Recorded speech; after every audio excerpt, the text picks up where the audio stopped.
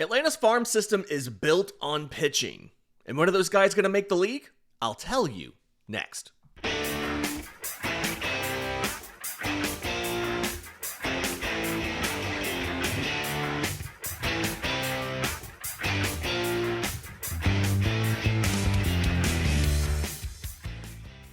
Yes, welcome on in to Braves Today, your daily source for news, notes, and updates on your Atlanta Braves. I'm your host, Lindsay Crosby. You can follow me on social media at Crosby Baseball, and you can find all of my written work, bravestoday.com. That's the Braves Today Substack, as this is both a daily podcast and a daily newsletter. We're probably part of the Believe Podcast Network and presented to you by FanDuel.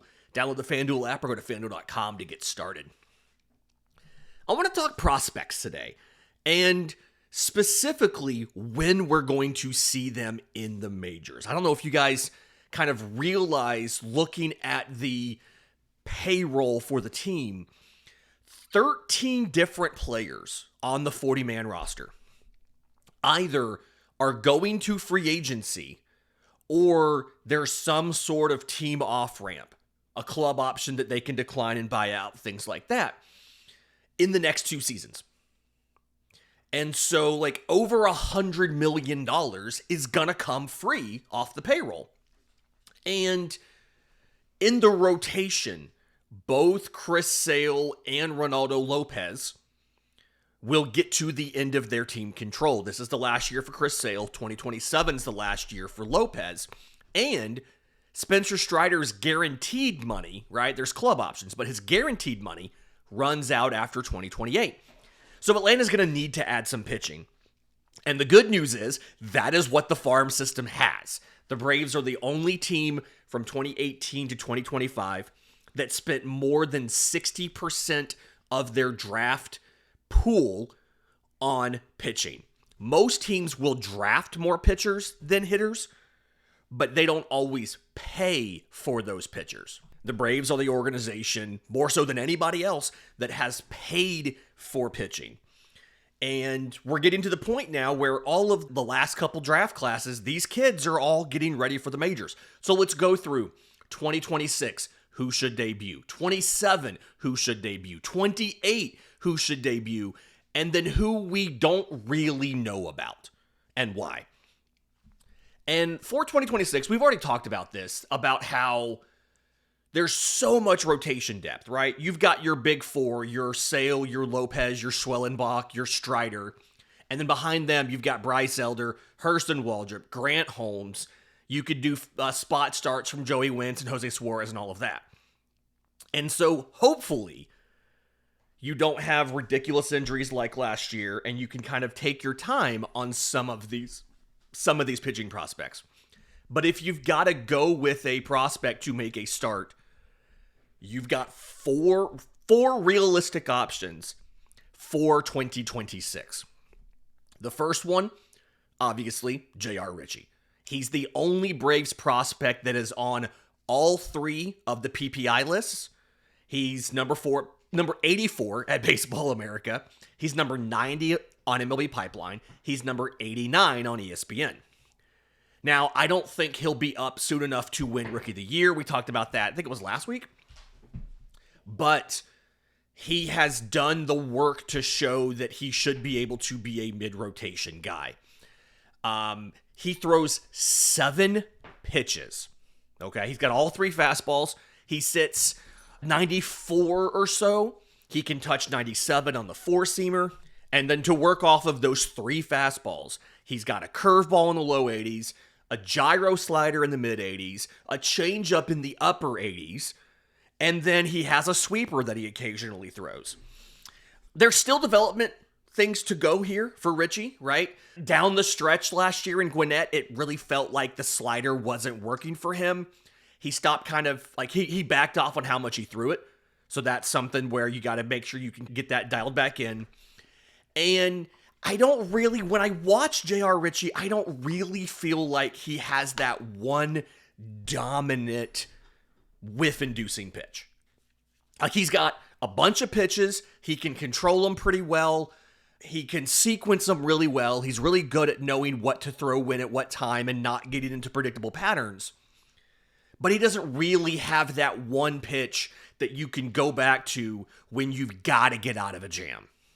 And if he can get one of these pitches to just be a little bit better from a whiff perspective, or maybe just add a little more velocity to the package in general, I think he could be maybe more than a mid-rotation guy, but he profiles like he could be a number 3 starter, right? A mid-rotation guy, which it's just harder to project him for anything higher than that without that one devilish out pitch. With Richie, the one thing to keep in mind when it comes to a debut this year is he is not on the 40-man roster. So that does require a roster move, and that means you probably end up having to lose somebody to add JR Richie unless you open a spot because of an injury, right? AJ Smith-Shawver is going to go on the 60-day IL when that'll create a spot. Every time you put a guy on the 60-day, that creates a 40-man spot. And you can't put a guy over there just to do it. There has to be a corresponding move. But if they wanted to promote JR Richie and they had a guy who gets hurt, they could make the spot that way. A guy in the minors who is on the 40-man roster and so has a good shot, depending on how he's doing, of being the first, being a early call-up for a spot start, Didier Fuentes. We saw him for 4 starts last year, 20 runs on 23 hits in 13 innings. Not great. It was bad enough where Mark Bowman decided to make fun of him for like a month. ESPN still has him as the number 88 overall prospect, and Fangraphs, the Stuff Plus model over there, was really, really high on what Fuentes showed in the majors. His 4-pitch arsenal, they've got it at a 110. Remember, 100 is average. They have it at a 110. Nothing's below a 105. As far as the 4 pitches, none of them are below 105. The issue here is his location plus, which is how they rate where you leave those pitches, is at a below average 94. And I think you can see, he didn't have crazy walk totals, but I think you can see both the inexperience and the little bit lower than ideal command and control from Fuentes when he gets, just by the fact that he struggles to get ahead in the count. He struggles to throw strikes early in the at-bat. And last year, 18 of the 23 hits he gave up, he was behind or even with the hitter. He just really could not get ahead of enough guys where his stuff would be able to eat. And, he's still a very good prospect from a mechanical perspective, and I love that Kiley McDaniel was able to make this call out. I think I talked about it a little bit when they promoted Fuentes. His fastball resembles Joe Ryan's fastball of the Minnesota Twins. His super high extension, his release point, everything mimics Brian Wu of the Seattle Mariners. Both those guys are very good comps. They're very good pitchers. He was dealing with some arm stuff late in the year last year. I've confirmed he is in Northport already. He is throwing. He is expected to be perfectly fine for 2026. He probably has the first shot at being a minor league call-up to make a start simply because he's already on the 40-man. You don't have to make a roster move there. Some other guys that are probably a little bit behind Fuentes and Richie, Lucas Braun and Blake Burkhalter. So Burkhalter, reliever in college, All-American closer at Auburn, converted to the rotation when the Braves took him. He's got a cut-right fastball. He's got a cutter. And then he has a curveball and what I think is a kick change. So it's a 4-pitch mix. Ultimately, I don't know how long he sticks as a starter, right? It's a higher effort delivery. We've already seen him blow out once and have Tommy John. He doesn't always do well the second time and third time through the order. He may end up being a bullpen piece eventually, but he's an option. The mentality is there, the ability to attack hitters, the willingness to attack hitters, all of that's there. He's going to be an option to make spot starts next year. He pitched in relief when he got to Gwinnett last year, but a lot of that was workload management. He had thrown 69 2/3 innings in 2024 in high A after he came back from Tommy John. And when he got promoted to Gwinnett last year, he already had 72 innings under his belt. So they put him into a bullpen role to try to manage his innings down the stretch. I still think he's going to be given another look as a starter, and he's going to be an option for a spot start next year. The last guy here, Lucas Braun, 6th rounder in 2023 out of college, has just absolutely eaten innings in the Braves system the last 2 years. Between 24 and 25, 293 and a third innings for Lucas Braun. He is not on the 40-man roster, just like Burkhalter. Braun is Rule 5 eligible this winter. So it would make sense that they want to give him a look at some point in time this season. The stuff isn't amazing, right? Fastball's in the low 90s, four-seamer. He does have a two-seamer and a cutter. He throws a sweeper, he throws a curveball, he throws a changeup, but he's just really good at sequencing them all, and he's really good at locations. He doesn't walk a lot of guys. He hits his spots. It's a pitchability mix, right? It's not a stuff and blowing you away mix. If you could tack a little more velo on here, or even a little more movement on some of these pitches, maybe he could be more, but right now, he profiles as a number 5 starter who can take the ball every 5th day and eat, 30 starts in a season for you to help keep your postseason guys fresh for the postseason, which is a thing we always talk about we need. We need guys who can post. Lucas Braun has posted in the minors every single year, knock on wood, since we got him. So 4 options for 2026. All guys I think that are really interesting, that can do something for you. We'll see how many of them get their debuts in 26. Remember, they are your options after all of those major league guys, right? Your Elder, your Waldrop, your Grant Holmes, all of those guys are higher in the pecking order than any of these prospects. But those are the 4 that I see that it would make sense to get a start or a couple or whatever in 2026. In just a second, let's look at 2027. Might be a little bit of a weird year because we're expecting a lockout, but we'll break that down next, right here on Braves Today.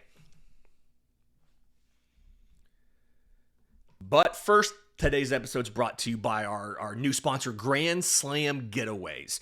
If you've dreamt of just a parent-child road trip, a retirement trip, or you're just a baseball fan and you want to do a baseball vacation, Grand Slam Getaways is the company that you need to check out. It's bucket list baseball bus trips. The whole thing is handled for you. There's 3 trips this year. There's Florida in May.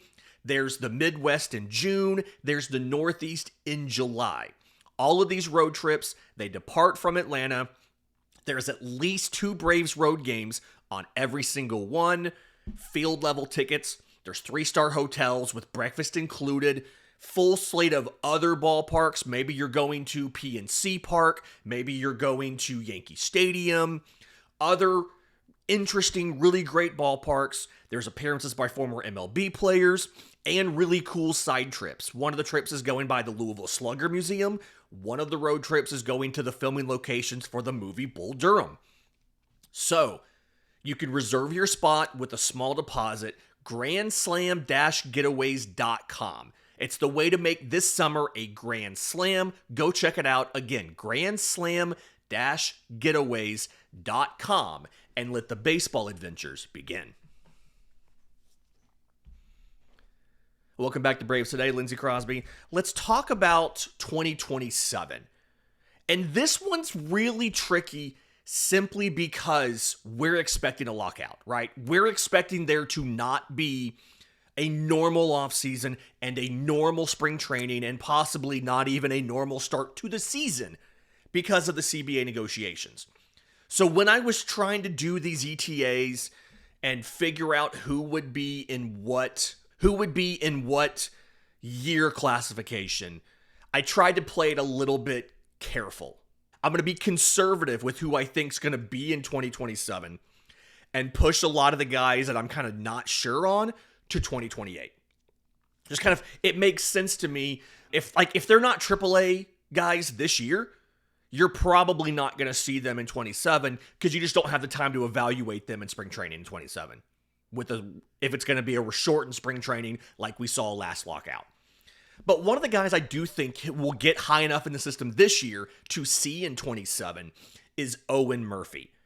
Kind of, was drafted in the same class as JR Richie, and they've kind of had some mirrored development paths, but separated by a year. Richie went down for Tommy John in May of 2023. Murphy went down for Tommy John in May of 2024.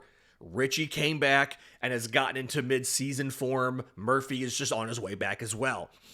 Last year, 6 starts, 27 1/3 innings in high A for Rome.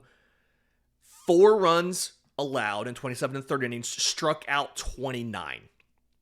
And so he looks good coming back from Tommy John. I still want to see the velocity kind of improve a little bit from where it ended last season. A lot of the scouting reports we have said he was averaging right around 91, touching 94 or so. And the good thing is, the fastball has a lot of the traits. Really good induced vertical break, really flat approach angle, kind of like Hayden Harris. We talked about how it's deceptive.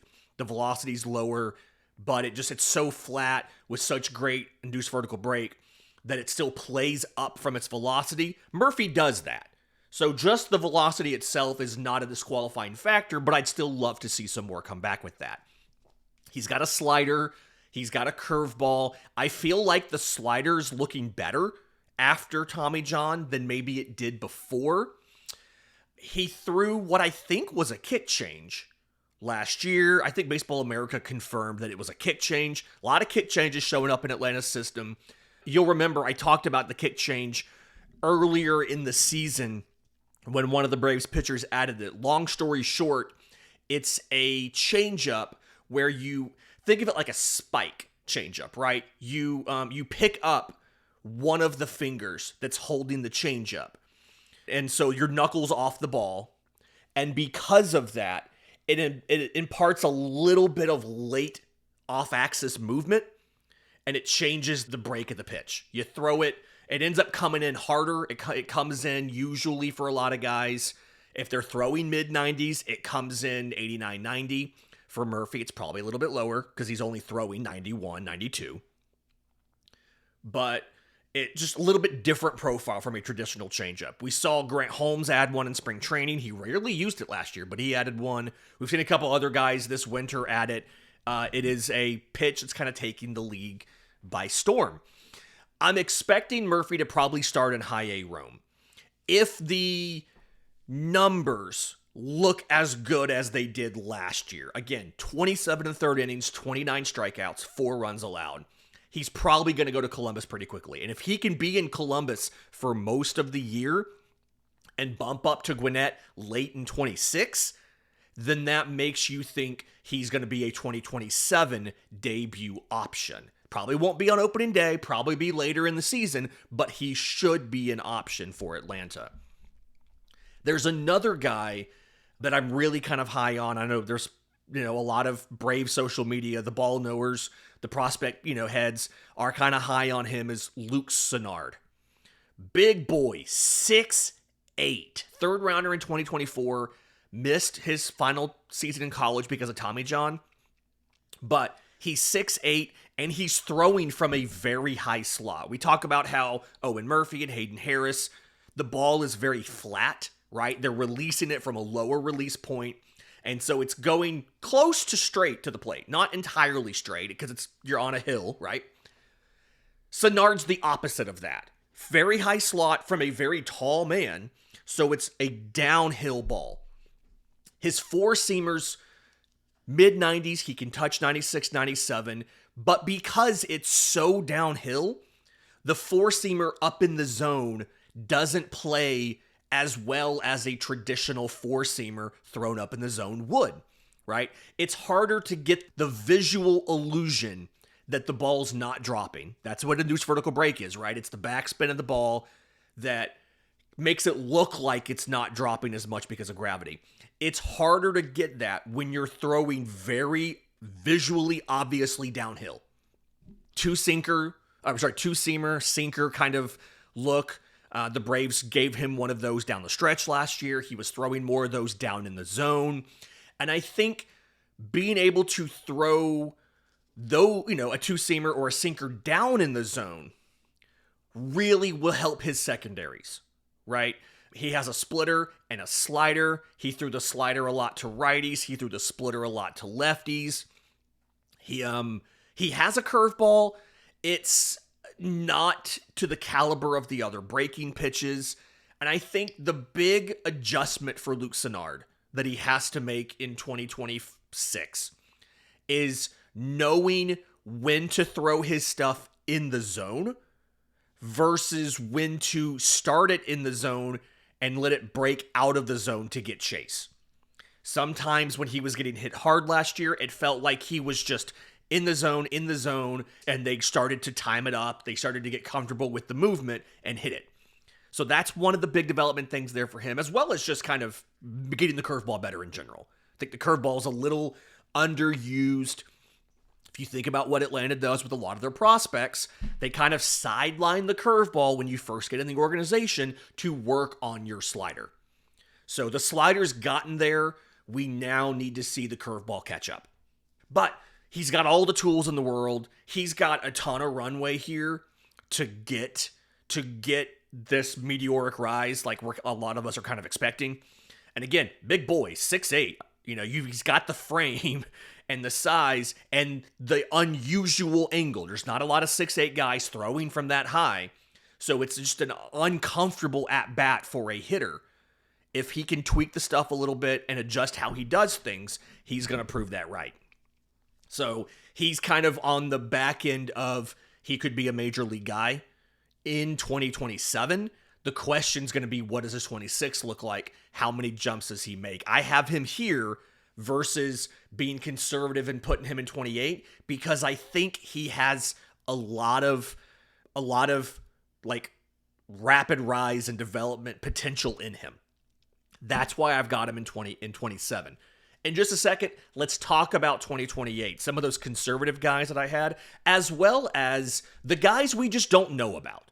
There's a question, there's an outstanding issue, we're not sure where they're going to be. I'll tell you about those guys and why next, right here on Braves Today.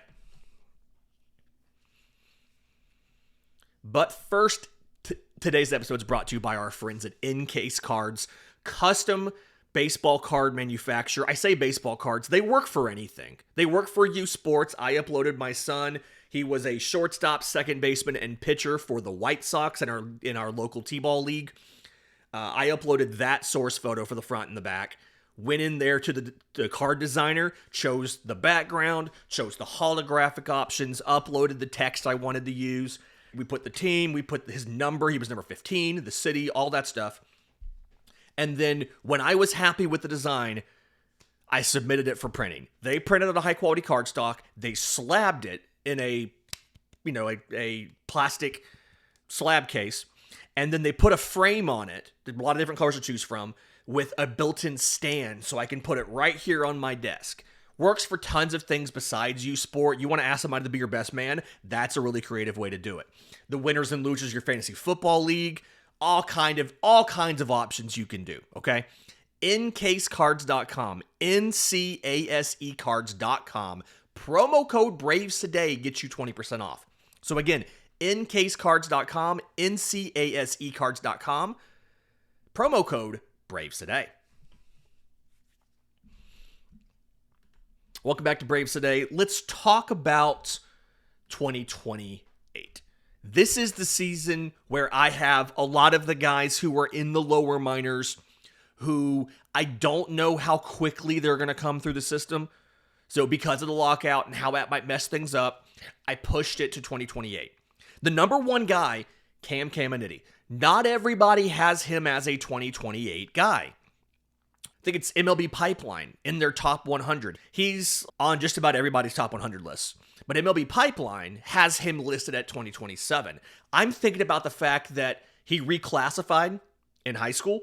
So he was age 17 when we drafted him. He is just now 19 years old, and he missed the beginning of last season due to forearm tendonitis. He made his return in early May. He settled into the Augusta rotation in June.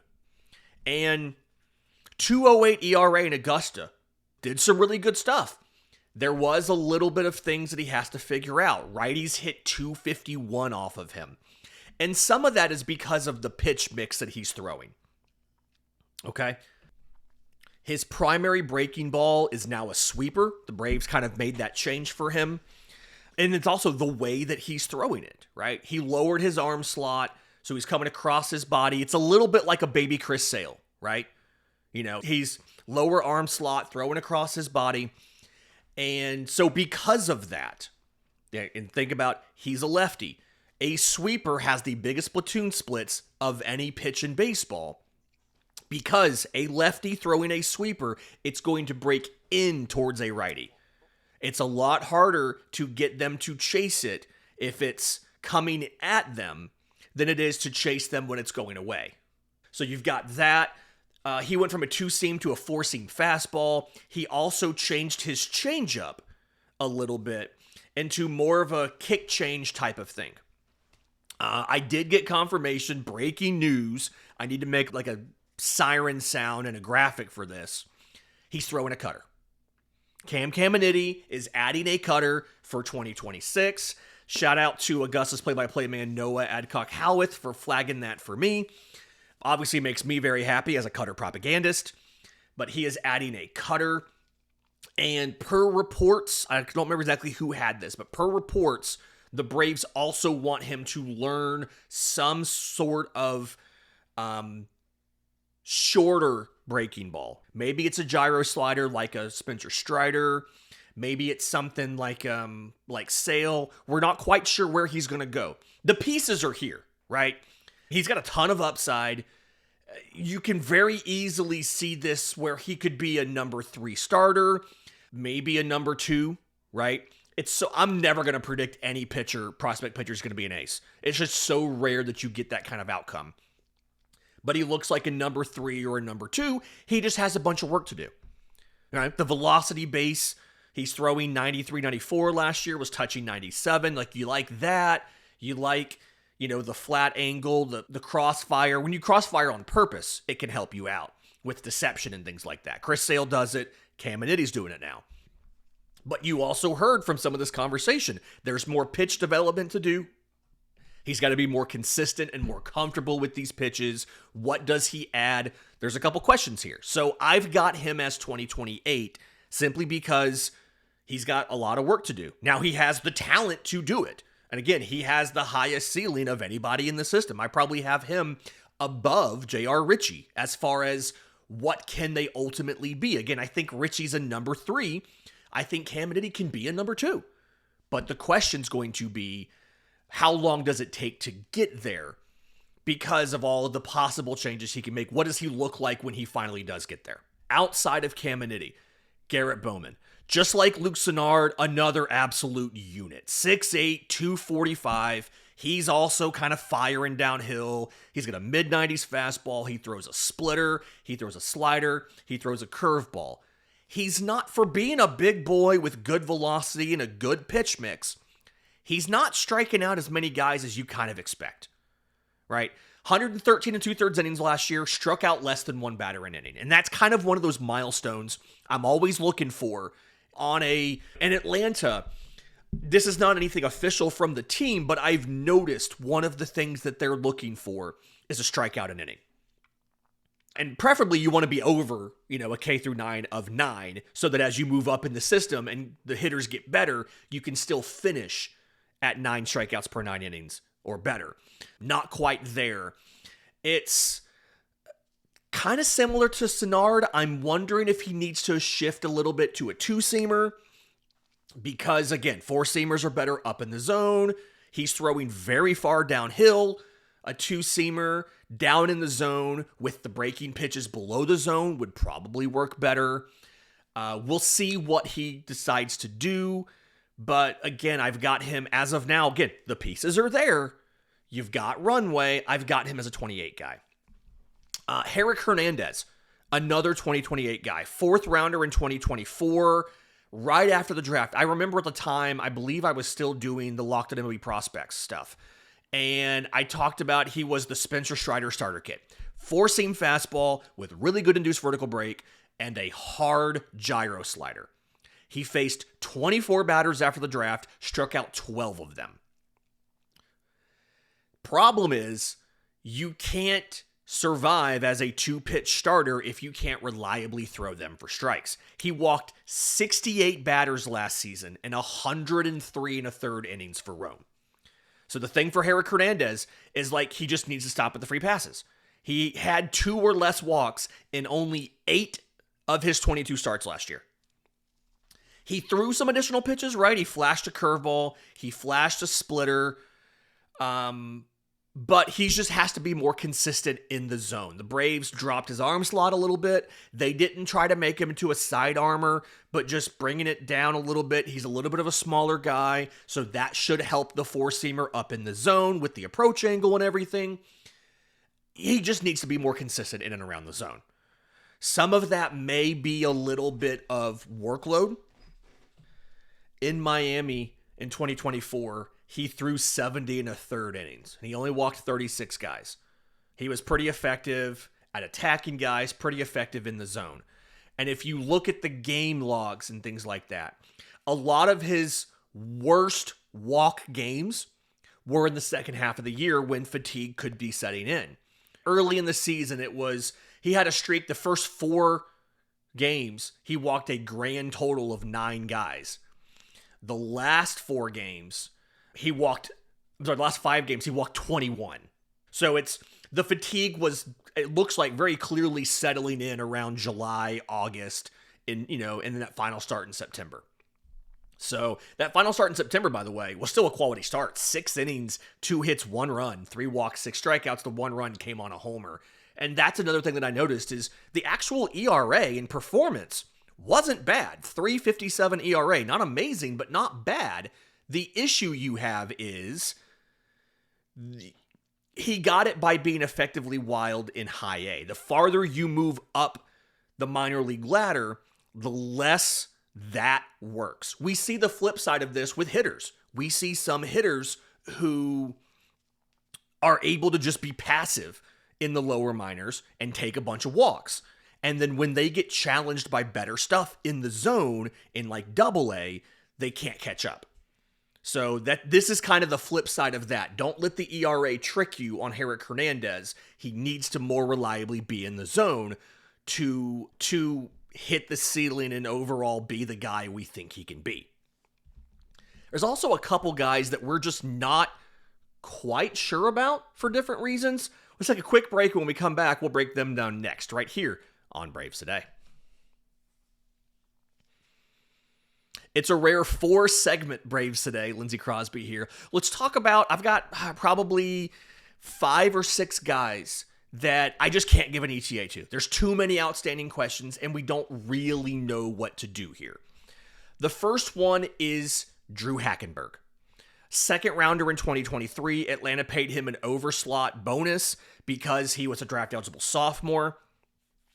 He dealt with an injury last year, and just the overall numbers in Columbus were not good. 6.99 ERA across 18 starts. Now, he did have his best month after he came back from the injury, right? In August, he made 5 starts, 4.09 ERA, but even there, 22 innings, 17 strikeouts, less than 1 an inning, to 16 walks. So he had 1 more strikeout than walk. And that was the best month that he had. At this point, a lot of the rating folks don't have him. A lot of the prospect apparatus has taken him off the top 30s. The book is not closed on Drew Hackenberg, but he probably goes back to AA. He needs a really good year to rebuild his value. This happens sometimes. The injury could have just thrown everything off. We will find out in 2026. But I can't give him an ETA until we know, is he just going to cap out here or can he fix the issues? Cade Kuehler, Tommy John. He looked pretty good in single A in 2024, 2.52 ERA in 50 innings, although only 44 strikeouts, a college draftee. You think he'd strike out more than that in single A. He's been training in South Carolina. He's throwing. He should be fine and available for most of the 2026 season. Probably starts in Augusta. If he looks as good from an ERA and a strikeout perspective as he was trending prior to the injury, he probably bumps to Rome pretty quickly. Carter Holton, another Tommy John guy, second rounder in 2024. Grand total of 2 professional innings after the draft. 2026 is really the first time he's going to have a chance to pitch, right? Tommy John just takes away a season and change of your career. So 2026 is really going to be his first extended time as a professional pitcher. He probably starts off rehabbing in the complex. I would assume that they would want him to go to high A, but they may start him in single A because of the injury. We don't know. Landon Beetleshees. If you were listening to Braves Today after the day 1 of the draft, he's one of the guys I called out I wanted Atlanta to take on day 2. They did. He only got 6 innings after the draft. It's mainly just been like fastball slider. He had some changeups in college, wasn't really using them. He's got to get a little better velocity-wise on the fastball, and he's got to figure out at least a third pitch, if not a fourth pitch, if he wants to stick as a starter. So there's some work to do. Can't give him an ETA. And then the last one, because people are going to ask, Briggs McKenzie and Roddy Reyes. They just have not appeared in any domestic actual games for the Braves. Reyes was in the DSL last year, struck out 35 in 27 innings. He walked 29. McKenzie never got into official game action after being a 4th rounder last year. We have not seen them in the States. No way to put an ETA on here. But the big takeaway I have I took a couple hours to write this up for the newsletter. I dropped it on Wednesday. The big takeaway I had from all of this is you're losing a couple starting pitchers at the major league level, but every year, the wave of guys that you have coming in theoretically should allow you to backfill enough where you can be selective with the signing or the trade acquisition you make. I would love to see Chris Sale come back. I'm working on the assumption that he's going to, but when I project these things out, he's not technically signed. So if I give a 2028 or 2029 rotation, I don't want to assume he'll be part of it because technically he's not signed. I'm still operating as if they're going to do that. But, some of these guys are going to move quicker than we expect. Some of them are going to stall out. Some of them are going to end up being bullpen guys. But it feels like you have a pipeline of quality pitching. There's a guy we identified as a number 2 in Cam Miniti. We identified a number 3 in JR Richie, who's very close. There's a couple other back-end guys. There's guys with development in front of them still where they can grow, like a Garrett Bowman, like a Luke Sennard, who they can be number 3s.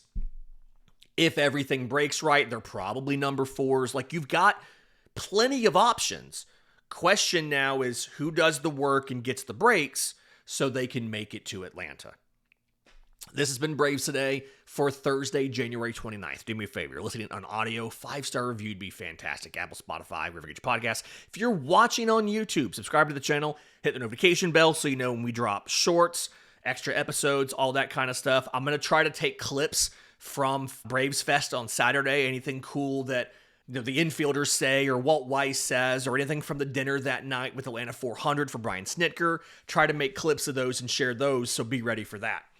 Until next time, this has been Braves Today.